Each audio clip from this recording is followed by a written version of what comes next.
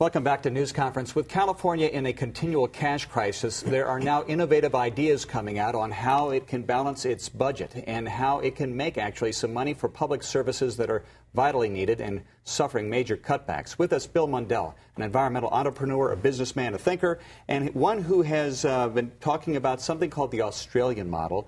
You've been promoting it in op-ed pieces throughout the state. Sacramento Bee, the LA Times coming out with something this week. What is it?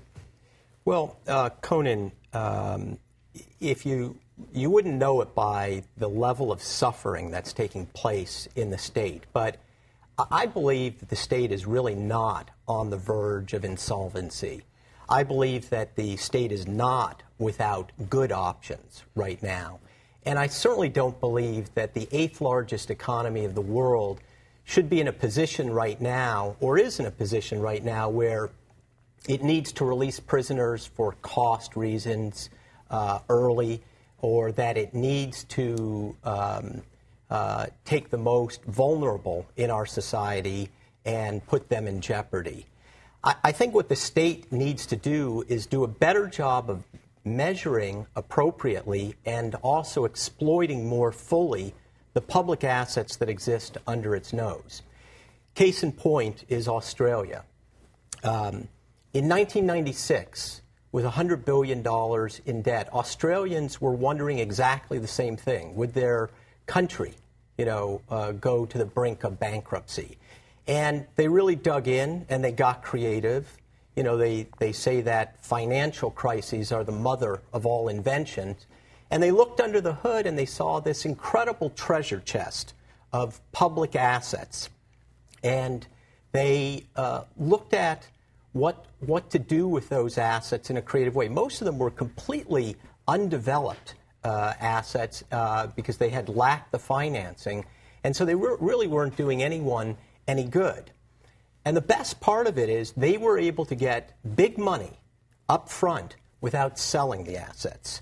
In effect, they rented the assets out in the short term and in the long term with a whole bunch of conditions associated with it that made the public content that their prized possessions weren't going to be somehow defaced or prices weren't going to go up at an exaggerated rate.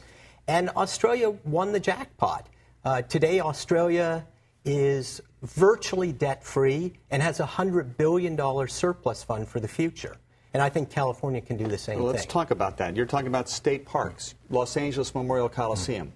Renting it out or over the long term to a private company? Yeah, and letting a private company come in not just with capital, but with a level of expertise and creativity. I'm fully confident if we allow multiple minds to, converge on public assets, they'll come up with different ways to add value and to make money. I mean, look at, for example, the Department of Motor Vehicles. I think you've got to start with assets that the public already believes do not really serve the public's interest right now. So you contract out DMV services to a private company? What you do is you bring an investor in, and as a result of that, they bring in management and capital. I mean, what the DMV needs, and everybody knows this, is a big technology budget. You wouldn't have the lines that you had at the DMV right now if they had the capital to do it. You look at the Port of Long Beach. I mean, it's got bottlenecks which are constraining world trade right now. Without the capital to expand the Port of Long Beach, what do? Right, but you need the capital from private enterprise. Correct. But they would take over they would take over the DMV and you'd pay an extra amount of money for your driver's license, but you would be expedited through the service because they had invested in the infrastructure. Not even necessarily that you'd pay more for your driver's license. They may have, through the use of technologies, they may be able to cut costs in ways that deliver the same level of service or a better level of service at the same price. At a state park. Rent the state park out, the downtown, the historic state park on Olvera Street, something like that? You rent it out, and again, with more capital and ideas, you add things like, classes, cafes, and so forth. But what's important is this would all be, just like in Australia, constrained by a regulatory commission that would have the final say on what the private sector does. Because I don't think Californians are ready to just give a blank check to the private sector. I think this way allows them to keep control, not sell the assets, definitely not sell their prized assets, keep control, and also generate the benefits that the state needs so much right now. If you call today the comptroller's office and you ask them, what the liabilities of the state are, they will wax lyrical about the $26 billion budget hole, about $72 billion in bonds, and $200 billion in unfunded pension liabilities. And then you go to the other side and you ask them, what are the assets of the state?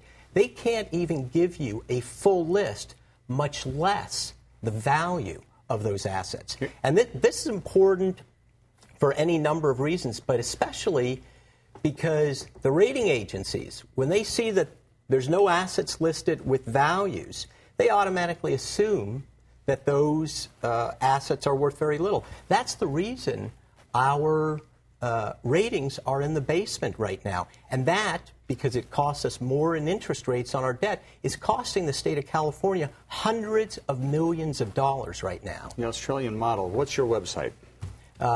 www.zbb.com. And can they get more information about this idea? Yeah, we will set something up so they can. Very good. Bill Mundell, thank you very much. Thank you. Wish you the Good to best be of with luck. you. Next up, the golden age of the state of California, 1950 to 1963. We talked to state historian Kevin Starr on his next history of the Golden State. That when news conference returns.